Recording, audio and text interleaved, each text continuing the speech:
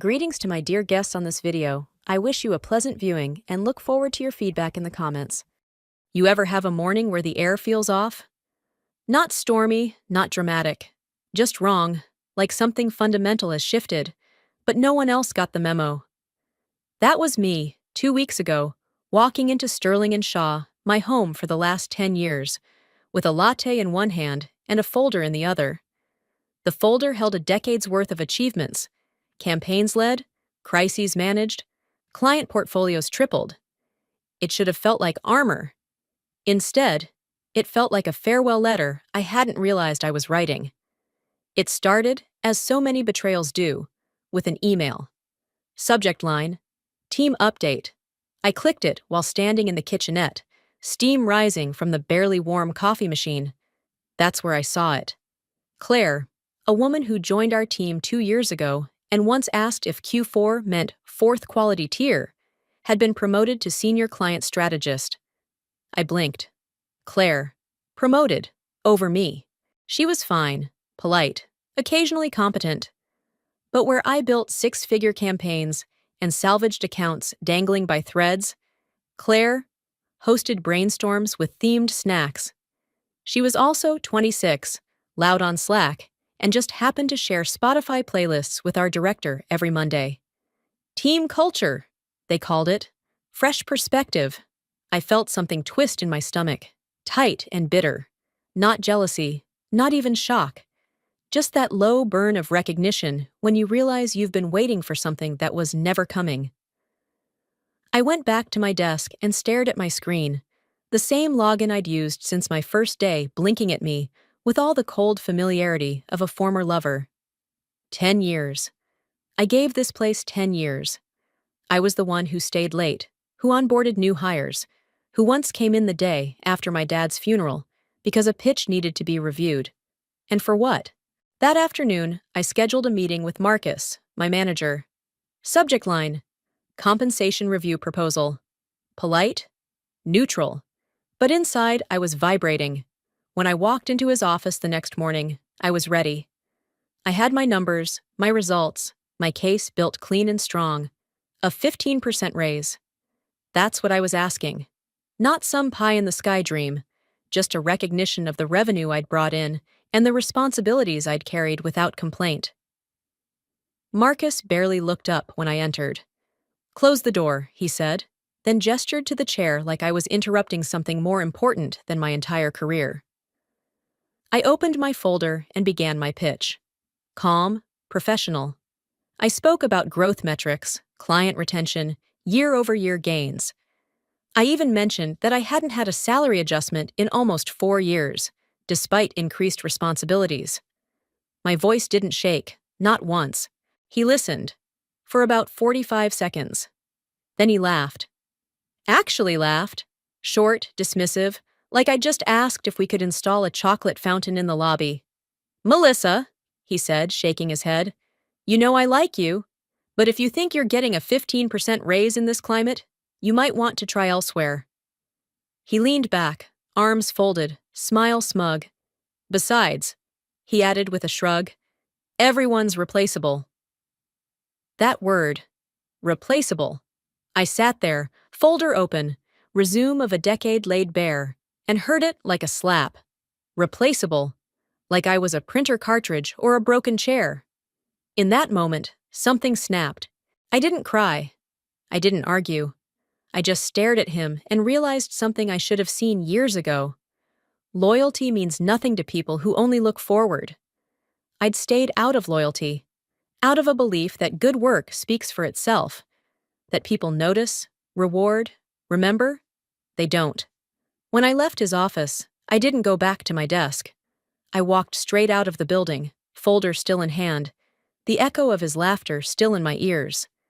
I needed air, space, something that didn't smell like recycled ambition and reheated lies. So I ended up in the park near the river, the one I used to sit in during lunch breaks before I stopped taking lunch breaks altogether. The city buzzed behind me. My phone sat silent beside me. And in my lap was a leather-bound notebook I hadn't opened in months. It was my someday book. Ideas, sketches, mind maps. Concepts I'd never shared fully because they weren't ready. Or maybe I wasn't ready to let go of them. I used to tell myself they were for the company, that one day, when I had a better title or a more receptive boss, I'd pitch them properly. But then something caught my eye. A phrase scrawled in blue ink across a page dated February 14th, 2021. Client Journey Matrix with Sentiment Overlay by Phase. I remembered it clearly. Valentine's Day. I was single, working late, and obsessing over how to personalize our B2B outreach. The Matrix was my baby, part data, part psychology, a system to track not just what clients did, but how they felt. I'd tested it on 2 accounts quietly. The results? Client churn dropped by 30%. I never got to finish the pitch deck. 2 months later, our innovation sprint launched something called the Client Emotion Engine. Same concept, different name, no credit. My name wasn't on a single slide. I'd asked Marcus about it once, half joking, half hoping. He brushed it off with, "Ideas are communal here, Melissa. Don't be so precious." That was one of at least 5 projects I could point to. Features built into our platform, taglines recycled from my presentations, UX tweaks that mirrored my mock-ups. They didn't just forget to give me credit. They took it. Deliberately. Casually. And now, I saw it for what it really was. Theft. I flipped through more pages. There it was. An idea I'd called pulse panels. A feedback loop that would let clients rate their satisfaction in real time across projects. I'd pitched it at a strategy offsite 3 years ago. It was dismissed as too soft. Then, a year later, it reemerged as Project Live Insight, with someone else's name on the internal email announcement. That's when I stopped asking for permission. But I never stopped creating. I stared at the notebook, my thumb tracing the edge of a page. How many hours of unpaid labor had I given them? How much IP had they absorbed and rebranded while I kept my head down? I didn't cry. I didn't rage. I just did the one thing I should have done years ago. I picked up my phone and called Harry. Harry Mercer, my old strategist partner, now head of product at Lemora Group. Our biggest rival, and the one company Marcus always made passive-aggressive jokes about in meetings. He picked up fast. "Melissa," he said, surprised but warm. "Wow, this is a blast from the past." "I'm not calling to reminisce," I said. "I need to talk, off the record, and fast." There was a pause. Then, "Do you want to meet tonight?" "No," I said, voice firm. "I want to know if you're hiring." He laughed. Not a mocking laugh, more like disbelief. "You're serious." "I've never been more serious." He got quiet. Then, "Send me your availability. Let's talk in 2 hours." I ended the call and stared out at the skyline. Let Marcus think I was replaceable. Let Claire enjoy her little promotion. Let them pat themselves on the back for running a lean team while siphoning ideas from the one person who never played politics. They had no idea that in 2 hours, everything they took for granted was about to become their biggest threat, and it had my name all over it. When I stepped into the quiet of the Rosemont Club, it felt like walking into another world. The air was thick with aged bourbon and old money, leather booths, dark wood, golden sconces, and a kind of hush that made you speak in half volumes, a place for secrets and second chances. I spotted Harry Mercer in the back, seated under a painting of a storm-tossed ship. Fitting. He stood as I approached, his eyes widening slightly. "Melissa," he said, pulling me into a hug that wasn't rehearsed, but felt like it had waited years. "God, it's good to see you." "You too," I replied, and meant it more than I expected. He gestured to the booth, and we sat. The waiter came and went before I even noticed. I didn't want wine. I wanted clarity. "You look good," Harry said. "But your eyes." "I haven't slept much," I said, "and I've been carrying 10 years' worth of ideas in a company that thinks loyalty is a joke." His smile faded. "I heard about Claire's promotion," he said carefully. "My LinkedIn blew up the same day. I figured something was off." "Off?" I let out a hollow laugh. Harry, I was the one who trained Claire. She doesn't even know how to convert lead cycles into usable metrics without checking a tutorial, but she shares memes in Slack. That's apparently leadership now. He nodded, not interrupting. I came because I'm done, I continued. Not just with the disrespect. With the theft, the erasure. I brought something I want you to see. I reached into my bag and pulled out the leather-bound notebook. The edges were worn, pages filled with sketches, matrices, and sticky notes layered like geological strata. I laid it gently between us. These are mine, all of them. Campaign concepts, client mapping tools, behavior models. Some of them go back 7 years. All of them were either implemented at Sterling under someone else's name or shelved until someone higher up decided to reinterpret them. He opened it, slowly at first.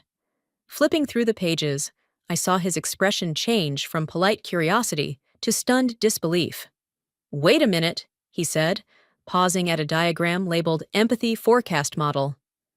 I presented that during a quarterly strategy session in 2020, I said. They told me it was too complex. Then 6 months later, they launched Client Emotion Engine. Same data set, same structure, different title, no credit. Harry let out a low whistle. Jesus, Melissa, they've been mining your brain. He kept flipping. This behavioral segmentation layout? That's the backbone of their new CRM rollout, isn't it? Built it myself, from scratch. And this pulse panels? I tested that concept in 2 departments. After it increased client retention by 30%, Marcus told me it was a nice internal tool, then pitched it upstairs under his own name. Harry closed the notebook gently, then looked at me, really looked at me, with something between admiration and fury. I always knew you were good, he said. But this isn't just strategy. This is IP. This is intellectual property. I didn't speak. I didn't need to. Let me ask you something, he said, voice lower now. What do you want? I met his gaze squarely. A place where I'm not just tolerated, where my ideas don't need a middleman to be heard, where I don't have to smile while someone else takes credit for what I bled for. Harry leaned back, then forward again, elbows on the polished wood table. Done, he said. I blinked. What? I've got an opening, Senior VP of Strategy.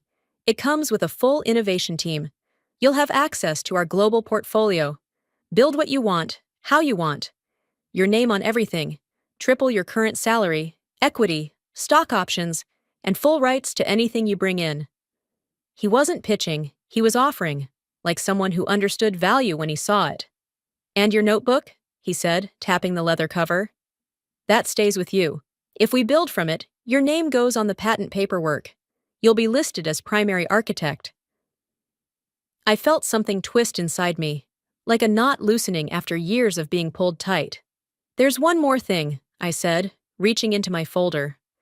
I handed him a thick document packet, copies of time-stamped emails, pitch decks, and internal memos showing the evolution of each stolen idea. This proves I was first, I said quietly. If they try to retaliate or claim ownership, this makes it very clear who built what. He took it with both hands, nodding solemnly. Melissa, I don't just want your ideas, he said.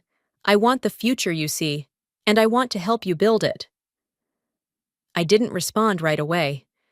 I just stared at the thick glass of water in front of me, watching the condensation slide down like a slow exhale. Then I said the one thing that had been waiting in my throat for years. I'm ready. When I stepped out of that club, the night air hit me like a reset button. They had underestimated me for a decade. But now, I was walking into a future where I wasn't begging to be seen. I was the one turning on the spotlight. I wrote the resignation email 3 times. The first draft was too angry. The second, too polite. The third? That one was truth, wrapped in just enough diplomacy to pass through the filters of HR. Subject, resignation, effective, 2 weeks from today. Body, Dear Marcus, after 10 years of dedicated service at Sterling & Shaw, I have decided to tender my resignation. This was not a decision made lightly, but after thoughtful consideration, I believe it is time for a new chapter in my professional journey. I am proud of the work I've contributed, the teams I've led, and the impact we've made together. I will ensure a smooth transition of responsibilities and am available to support handovers as needed over the next 2 weeks. Thank you for the opportunities and the lessons, both taught and learned. Sincerely, Melissa Byrne. I hit send just after 8 a.m., before the inboxes of the office were even properly awake.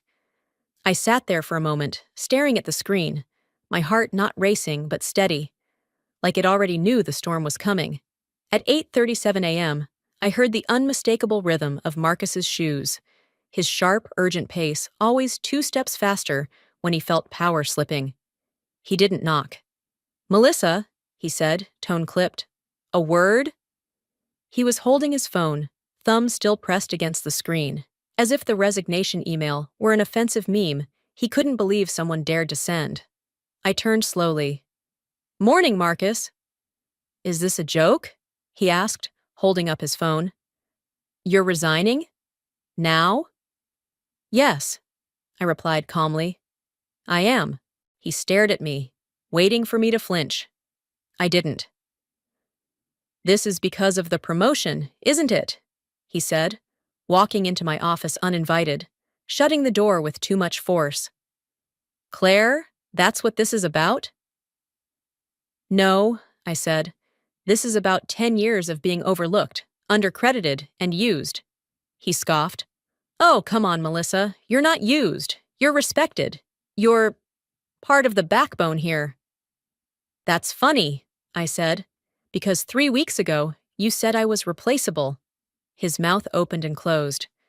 I stood, walked to the filing cabinet, and began quietly pulling out my personal folders. My pulse was steady, my voice measured. "I've accepted a role elsewhere, one that recognizes my contributions, one that compensates me accordingly." "Where?" he asked, suddenly sharper. "Don't tell me." "Lumora," I said. There it was. The pause, the twitch of his jaw, the way his eyes narrowed like he'd just bitten into something sour. "You're going to our biggest competitor." "I am." "And you thought you could just waltz out of here, into their offices, with everything you've seen, everything you've touched, without consequences?" Now it came. The tactic I knew he'd use eventually. Fear. "Let's be clear," I said, still organizing my things. "Everything I created for this company was documented and tracked. Everything they built using my ideas, also documented. If you're implying legal action, I'd encourage you to tread carefully. I have records, lots of them." His expression darkened. "You think you can threaten me?" "No, Marcus," I said, looking him directly in the eye. "You're the one making threats. I'm just reminding you. Truth leaves a paper trail." He took a step closer, voice low. "You think Lumora is going to protect you? You think they're different? You're a commodity, Melissa. Today you're hot. Next quarter you'll be forgotten." I smiled just slightly. "Then I guess I'll make this quarter unforgettable." For a moment, he didn't move. Just stood there, trying to intimidate me with silence. But intimidation doesn't work when the person in front of you already survived 10 years of being erased. Eventually, he turned and left without another word. Over the next 2 weeks, I did what professionals do. I didn't drag my feet. I didn't ghost responsibilities. I answered every question, trained Claire's intern on our process tools, and created documentation so thorough that the intern quietly called me scary organized. I smiled and thanked her. I cleared out my office one drawer at a time, books I'd collected, a faded Polaroid of my team from 2017, the ceramic owl mug from the holiday swap that no one but Tina knew was actually from me. I even left the whiteboard clean and the plants watered. I didn't do it for Marcus. I did it for the version of me that stayed too long, hoping to be seen.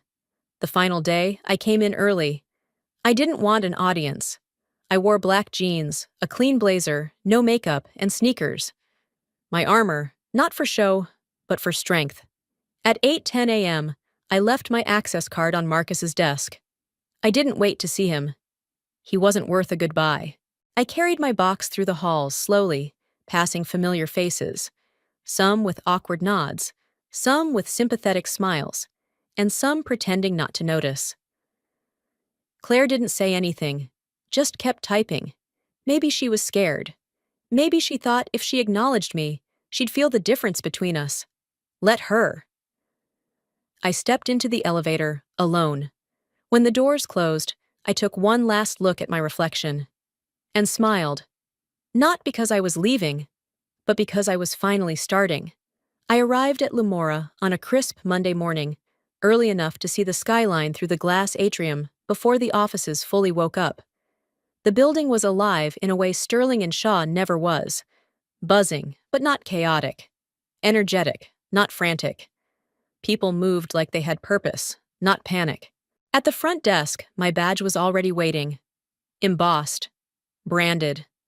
My name printed cleanly under a single title. Head of Strategic Intelligence. I blinked at it, then smiled. A young woman in a smart blazer approached me with a tablet. "Hi, Melissa. I'm Priya, your onboarding lead. We've got you set up in the North Tower, floor 16. Your team's already gathered for the kickoff session. Do you want coffee first or a tour?" I almost laughed. No one had offered me coffee at Sterling in years, unless it was by accident or during a birthday round. "Let's meet the team," I said. The elevator ride up was quiet, but my heart thudded. Not from nerves, excitement. Something I hadn't felt walking into an office in years. When the doors opened, I stepped into a space that didn't feel like work. It felt like possibility. Open layout, warm lighting, collaborative pods instead of sterile cubicles. A glass wall bore the quote, "Intelligence is nothing without intention." And then, I met them. My team. 6 people, all handpicked by Harry based on our conversations over the past 2 weeks. Analysts, strategists, and one particularly sharp UX researcher named Matteo, who had already built a wireframe for one of my pulse panel ideas before we'd even met in person. "Welcome," said Priya, gesturing. "Everyone, this is Melissa Byrne, your new lead." Applause. Not polite. Genuine. I blinked again. I spent the morning walking them through the systems I'd designed. The empathy forecast model, the modular segmentation engine, the real-time sentiment mapping. Concepts that had lived in my notebook now projected onto a touchscreen wall as we scribbled notes, moved tiles, swapped ideas in real time. They didn't question my authority, they amplified it. By Thursday, we'd already soft-launched the pulse panels to a test group. Early feedback? Client engagement up 18%. Session times lengthening. Satisfaction spikes tied directly to features flagged in the sentiment matrix. It was working. And this time, my name was on every dashboard. The head of partnerships stopped by my desk that afternoon. "Just wanted to say, we've never had this level of actionable feedback this early in a rollout. Whatever you're doing, keep doing it." I didn't know how to respond at first. Compliments still felt like traps. But then I realized they weren't being polite. They were being real. At Limora, no one hovered over my shoulder. No one stole ideas in late-night meetings or rebranded my work as someone else's pitch. Here, my calendar wasn't cluttered with endless alignment calls that led nowhere. My Slack wasn't flooded with passive-aggressive directives. My voice didn't echo back empty. Here, I was heard. I walked into my office that evening just before leaving. An actual office, with a door and a view and a whiteboard already filled with new plans. I sat at my desk and opened my notebook again. The same one that once felt like a secret journal of the unseen. Now, it was a blueprint. And for the first time in a decade, I wasn't just dreaming of change. I was building it. By week 3, the real shift began. At first, it was just a whisper in the hallway, a rumor from the sales floor. Then a Slack ping from our legal affairs contact. Then the actual email. Client redacted would be terminating their contract with Sterling and Shaw, effective end of quarter. New vendor, Lumora Group. I knew the name behind the redaction before they even confirmed it. Paragon Insights. They'd been Sterling's prized client for 5 years. High profile, global reach, lucrative renewals. I'd personally designed half of their engagement strategy when I was still at my old desk, burning the midnight oil while Marcus called it routine maintenance. Now, they were ours. And not because we stole them, because we built something better, because the empathy model worked, because the pulse panel data gave them insight they never had before, because Paragon's leadership finally saw what Sterling never did. Me. That afternoon, I got a call from an unknown number. I let it go to voicemail. A minute later, my assistant buzzed in over the internal chat. "Melissa, a Marcus Sloan from Sterling is asking to speak with you. Says it's urgent and professional." I typed without hesitation. "Tell him I'm not available. No need to call back." Then I blocked his number. 10 minutes later, an email arrived from a generic info@sterlingshaw.com address. Subject: Confidential discussion request. Body: Dear Ms. Byrne, we have reason to believe that proprietary strategies developed under your prior employment may have influenced current competitive engagements. We'd like to open a dialogue before proceeding further. Kindly advise availability. Sincerely, Sterling and Shaw Legal Department. I closed the email and didn't flinch. Because here's the thing about being underestimated for 10 years. You learn to prepare like your life depends on it. Every model I brought to Lamora, based on frameworks I created independently, on my own time, using my own tools. I had timestamps, revisions, drafts, even emails from Sterling's own leadership dismissing those same ideas as non-viable or premature. I'd retained legal counsel before I signed my new contract. I'd even secured provisional patent filings for 2 systems, both now live at Lamora, both entirely mine. So when our legal team at Lamora responded, it was with quiet confidence. A single paragraph affirming compliance, citing precedents, and enclosing Melissa Byrne's pre-existing intellectual property documentation. Sterling and Shaw didn't respond again, but word got around. By Friday, another whisper reached us. 2 more clients had requested exploratory calls with Lamora. One of them was a retail analytics firm I once helped save from a failed product launch. During a weekend, Marcus forgot to show up. I wasn't angry, I wasn't gloating, but I was at peace. Because this was the consequence of what they did. They didn't just lose me, they lost trust, competence, legacy, quiet brilliance they never bothered to name. And now, they were learning the hardest lesson in business.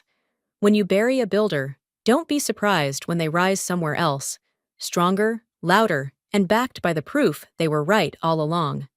By the end of the quarter, the cracks in Sterling and Shaw were no longer rumors. They were headlines. Sterling and Shaw loses 3rd major account in 2 months amid talent exodus. Internal sources cite toxic leadership and outdated culture as root causes. I read the articles over morning coffee, calmly highlighting phrases that once felt too personal to say out loud. Systemic employee disregard. Culture of dismissal. Attrition rate doubled in Q2. They called it an implosion. But those of us who'd been inside the walls knew the truth. It was a slow leak. Years of silent brilliance overlooked. Of voices talked over. Of loyalty trampled. Now it was catching up. Marcus resigned quietly 2 weeks later. No statement. No farewell post. Just gone. Word floated back that he'd left before the board could force him out. HR followed soon after. Then 3 senior directors, 2 client relationship leads, and Claire, whose abrupt career shift seemed suspiciously timed with the loss of another legacy client. What was left of Sterling was reeling, but they weren't done with me. One Friday afternoon, my assistant buzzed me from reception. "Melissa, it's a courier. He's asking you to sign for something from Sterling's legal team." I sighed. "Bring it up." The envelope was heavy. Inside, a formal complaint, a lawsuit. They were alleging intellectual property violation, not for the core systems, which were all verified as mine, but for one supporting framework. An obscure add-on I'd built as a prototype during my last month at Sterling, scribbled into a draft doc that, technically, hadn't been logged in my IP binder. It was petty, desperate, But legally, it was a move. I read the complaint 3 times. My chest burned. Not with fear, but with insult. After everything, after they erased me, discarded me, laughed at me, they were still trying to own my brilliance. That night, I stayed late at Lumora. I was in the strategy lab, reviewing notes, when Harry walked in with 2 mugs of tea. "Got the update," he said, sliding into the seat beside me. "Saw the claim." I nodded. "It's thin. They're clinging to a document that was never even implemented, but technically, they might have grounds." He leaned forward. "We'll fight it." "You don't have to." "I do," he said, "because what they're doing isn't about that file. It's about punishing you for being smarter than them, for leaving, for winning." I looked down at the contract draft in my hands. "I don't want to get dragged into a public fight." Harry's voice softened. "Then we make it quiet, swift. We bring in the best counsel. Cover the filing, protect your name. And when this is over, we file a formal defense, not just for you, but for every person who's ever been told their work didn't count unless someone else said it did." I stared at him for a long time. Not because I didn't believe him, but because no one had ever said something like that to me while I was still in the room. I nodded. "Okay, let's end this." And that night, as we prepped our legal team, something shifted inside me. I wasn't just defending myself anymore. I was drawing a line for the woman I used to be and the ones still stuck inside companies like Sterling and Shaw, waiting for permission to matter. It had been a good day. The legal claim was nearly resolved. Our lawyers had picked it apart, line by line, and Lumora's in-house team had crafted a counterstatement that was so surgically precise, it left Sterling's remaining board scrambling to avoid public humiliation. The settlement proposal came through quietly on a Tuesday morning. No admission of wrongdoing, but full withdrawal of the complaint. That should have been the end of it. Until I ran into Daniel. I was leaving a panel event on ethical tech leadership, ironic timing, when I saw him standing near the exit, arms crossed, face tight with something unspoken. Daniel had been my teammate for 7 years. Creative strategist, father of 2, one of the few people who stayed kind even when the walls at Sterling began to rot. "Melissa," he said as I passed. I froze. "Daniel." His eyes narrowed. "So that's it? You win, they fall, and we're just supposed to applaud?" I blinked. "What? You think this was just about Marcus?" he snapped. "People lost their jobs. Good people. People who didn't laugh at your ideas. People who stayed late to help you. Dozens of them. Gone." I took a breath, but he wasn't finished. "You crushed the company from the outside, and now you're a keynote speaker? You get a platform and we get pink slips?" The words hit harder than I wanted to admit. He wasn't wrong, not entirely. What had happened to Sterling and Shaw was systemic, inevitable. The collapse came from the top.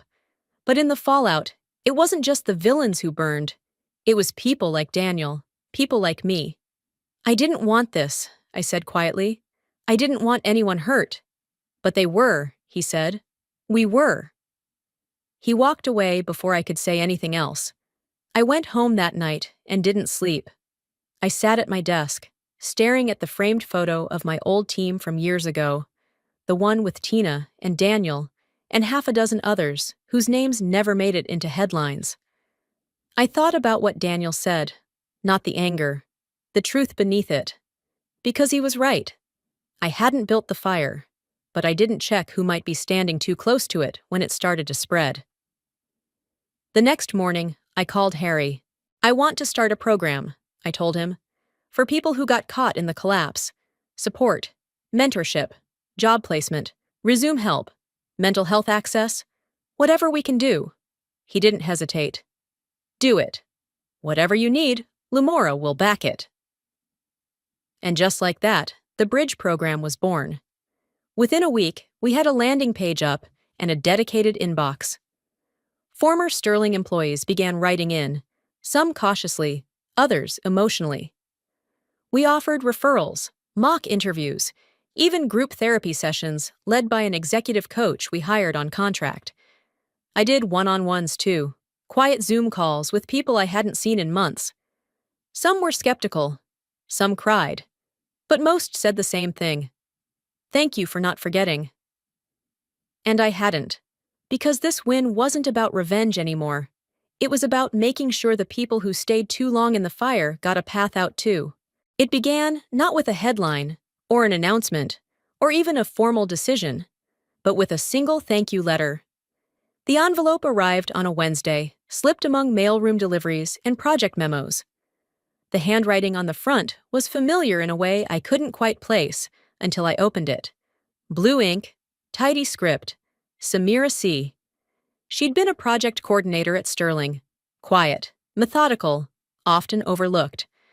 I hadn't seen her since the day they called her into HR and laid her off with a severance packet and a sorry I wish I could say more shrug. Inside was one simple message. The bridge program gave me more than a job lead. It gave me back my confidence. Thank you for seeing us when they didn't. I stared at the letter for a long time. Something about it reached deeper than any KPI report or performance dashboard ever could. It reminded me why I started all this in the first place. Not to retaliate, not to win, but to rebuild.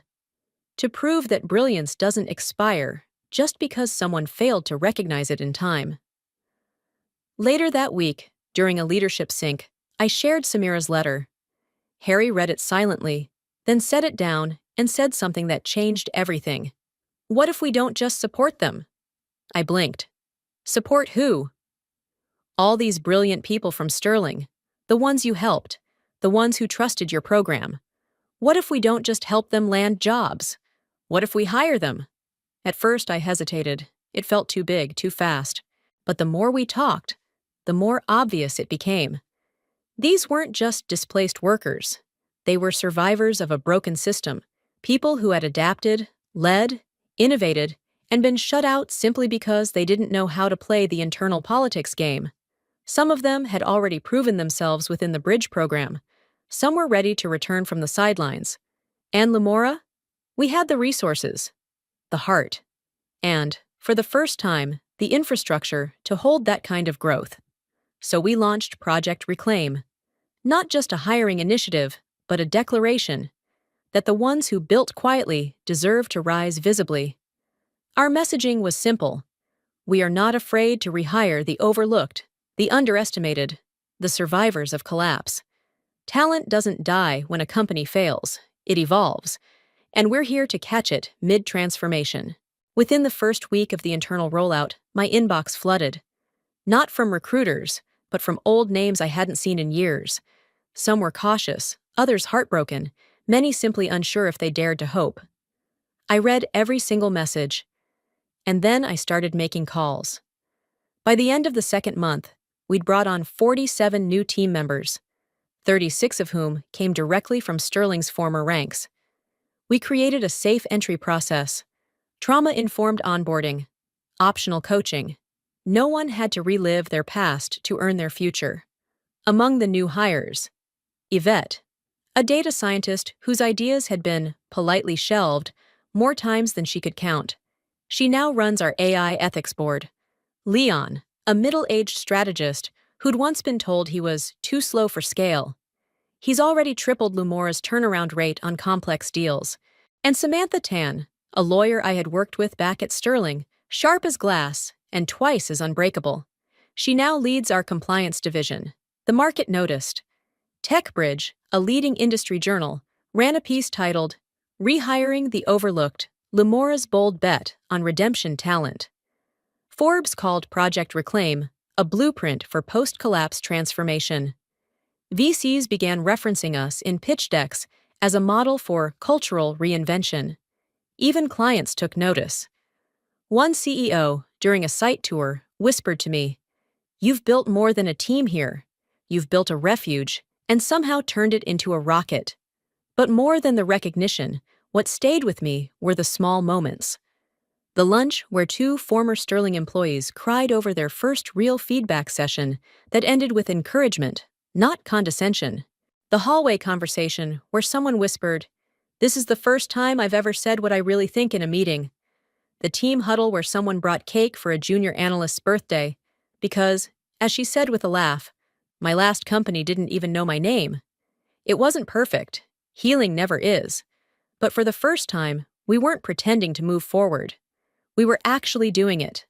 Together. And as I stood at the launch celebration for Project Reclaim, surrounded by people who had once been called redundant, legacy, or non-core, I felt something deep and quiet settle in my chest. We were no longer trying to be seen. We were the spotlight, and we were just getting started.